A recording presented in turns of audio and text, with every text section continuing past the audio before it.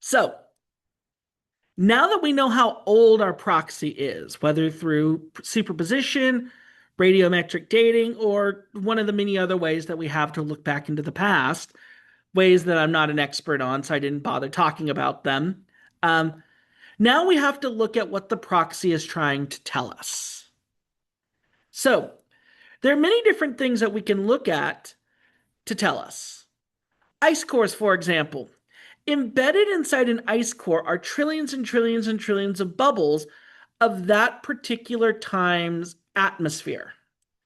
And what we can do is we can then extract the air out of those bubbles and run it through an air monitor, an air measurer, and look at, because even though they're tiny little bubbles, a tiny little bubble of atmospheric air still has billions and billions and billions of molecules. Still has plenty to give us everything we need to know. And we can measure things such as how much carbon dioxide was in that air. It tells us past carbon dioxide contents.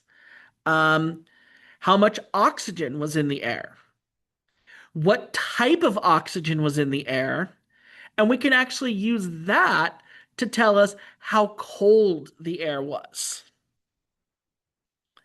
How much oxygen, and specifically, what types of oxygen isotopes were in the air. Which is really, really cool. Another thing that we can also see in ice cores is if there was, say, a cataclysmic global scale volcanic eruption. And when I say a global scale volcanic eruption, I don't mean like the world was one giant volcano. I mean there was a volcano somewhere on Earth that was so big and its eruption was so big that the ejectile from that volcano was able to spread around the world. And this has happened even in our lifetimes. The Eyjafjallajökull volcano of 2010, for example. I did not pronounce that properly. And we're getting to the point where some of you may actually have been born around the time that volcanic eruption occurred. Um, but the ash from that volcano spread around the world. And so some of that ash actually will settle onto snow in these Arctic and Antarctic, in these permanent ice regions. And then we'll notice inside the ice core, there's actually a layer of volcanic ash. Now, that particular volcano in 2010, I kind of just threw that out there as an example of a big cataclysmic eruption in our life. That was still tiny compared to some of the other big volcanic eruptions we've had in recent history. There was Mount Pinatubo in the 1990s, Mount Tambora in 1815. There was Krakatoa in the late 1800s. Um, and those all ejected enough volcanic ash to cover the world. And so we can even see in a particular layer representing a particular year volcanic ash inside ice cores, which is so cool to think about. Um, it's really, like I said, Mother Nature's way of locking in previous climates and previous climatic events, such as volcanic eruptions or asteroid collisions, into looking like it locks it up into the global record, which is so cool to think about. Um, Tree rings are a little bit more simple because a tree ring basically tells us how good the growing season was. So, the study of the annual growth of tree rings is what's called dendrochronology. And the way that dendrochronology works, or the way that tree rings work, is every year you have a slumbering season and a growing season. During the slumbering season, there's simply not enough light for photosynthesis to be efficient. It takes more energy to perform photosynthesis than it would be to just shut down. And so trees just shut down, they stop growing. What happens then is the layer that had formed that particular year stops growing as well. And it kind of hardens and it kind of sets in place. And that represents the late season, and then there's the hibernation season, and then the next year there's a new growing season where a new layer forms on the far exterior. And then the tree goes into hibernation again, the outer layer hardens, and then the next year a new layer forms, and then a new layer, and then a new layer. And what I'm trying to get at is that every growing season, there's a new tree ring. And so every ring represents a growing season. Now, that being said, the type of growing season you have is highly dependent on the conditions that particular year. Was there sufficient rainfall? Were temperatures ideal? Were they too hot? Were they too cold? Was it too cloudy? Was it sunny? Um, were the conditions ideal for the tree ring or for the tree to grow? If they were, you're going to get a nice thick tree ring. If they weren't, you're going to get a really thin tree ring. Also, you can actually take a look at fire scars. If you have, let's say, one particular year, there was a really bad fire that moved through and damaged the tree, that scar can actually be present in that particular year's tree ring, which is really cool. So each layer represents a growing season, and the thickness of the layer tells us on how healthy the growing conditions were. There's one limitation to dendrochronology, and that is that dendrochronology only tells us about the growing season. It does not tell us anything about the previous or next winter. It just tells us about growing seasons. So then we have to rely on other paleoclimate proxies to look at growing season or to look at winters, to look at non-growing seasons. But again, this gives us a piece of the puzzle that we can then look at. What about seafloor sediments? So ice cores have bubbles of atmospheric air in them. Tree rings have thicknesses that are determined by previous growing seasons. Seafloor sediments trap all kinds of little things. Sorry. Seafloor sediments trap all kinds of little things in them.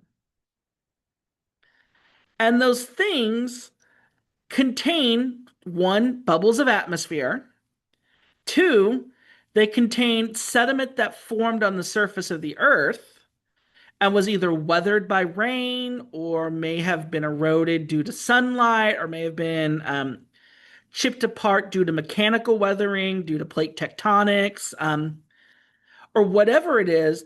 But that sediment can tell us what was going on in the past. One of the best examples of this is this oxygen isotope called oxygen 18. Oxygen 18 is trapped in seafloor sediment, and it can actually tell us how icy or how warm a particular year was. The more oxygen 18 there is, the colder the temperature is, the more ice there was. The less oxygen 18, the warmer it was, the less ice there was. So I actually took this figure from a mentor of mine, Dr. Sean Chamberlain of Fullerton College. This is from a textbook that he wrote on exploring the world's oceans. And what this image actually shows is it shows the relationship between oxygen 18 isotopic ratios and the presence of ice. Now, when we get into oxygen 18 isotopic ratios, these things called del oxygen 18, that gets a little complicated. So here's what I really want you to know. The more oxygen 18 there is in a sediment, the colder it was. And so these areas where you have higher concentrations of oxygen 18, here, here, here, here, here, that represents colder climate, more ice, colder climate. So higher concentrations of oxygen 18, colder climate. Lower concentrations of oxygen 18, warmer climate. And that's really all I want you to know when talking about oxygen 18 and climate. So, um, there is actually a little bit more that goes into why this happens. It actually has to do with water that's enriched with oxygen 18. And when temperatures are warm, that water evaporates easier. And since it evaporates easier, it's not present in the sediment. Not as much of it is present in the sediment. Colder years, there's lower evaporation rates of oxygen 18 rich water. And so then there's more in the sediment. But really, all I want you to know is higher concentrations of oxygen 18, colder climate. Lower concentrations, warmer climate. The other cool thing in seafloor sediments is that they also include fossils. Why? Because you have organisms that live in the ocean. When those organisms die, they sink down to the ocean floor and they become a part of the ocean sediment. And so we can actually look at the presence of fossils in seafloor sediment layers to tell us when an environment changed, such as when one coccolithophore, one type of organism had to either migrate away or die or whatever, and another organism came in. Um, this can actually indicate a change in the environment. If you stop seeing a particular organism in the fossil record, that indicates a change in the environment. So here are some sediment cores. Um, and as you can see, you can actually see the layers in them, and that's due to changes in sediment composition. As the composition of the sediment changes, the color changes. And then the presence of different fossils and different organisms can tell us a lot about the change in the environment as well.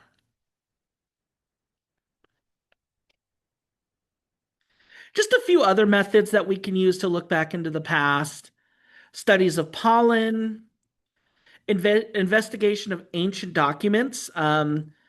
So the written word may only go back a few hundred years, but we actually have lots of written documents, even though they weren't necessarily written in English letters like they are now, um, that go back thousands of years. Ancient documents of natural disasters, droughts, famines, and so on. Corals can also tell us a lot about the health of the ocean. When the environment changes, a coral can either thrive in that environment or it can suffer in that environment. Geologic evidence of sand dunes, fossils, coal beds, water levels, um, and then more recent observations. We can use more recent observations, human observations, to calibrate current levels in different sediment samples and different ice cores and stuff like that to what the current levels are. And so these are just a few methods that we can use to look back into the past. Now, again, as I mentioned, I am not a paleoclimatologist. I have taken a tiny bit of carbon cycle that had some paleoclimatology in it, but I'm not an expert in this. My hope is that what I've just presented just gives you a taste of how we can look back into the past. But let me tell you right now, I can't do it justice. Um, there's so much that goes into paleoclimatology. What I am going to do in the next set of lessons is just give you an idea of what we know based on all of the reconstruction using all these different paleoclimate proxies and how we can actually put together a reconstruct or how or what we have put together in a reconstructed climate.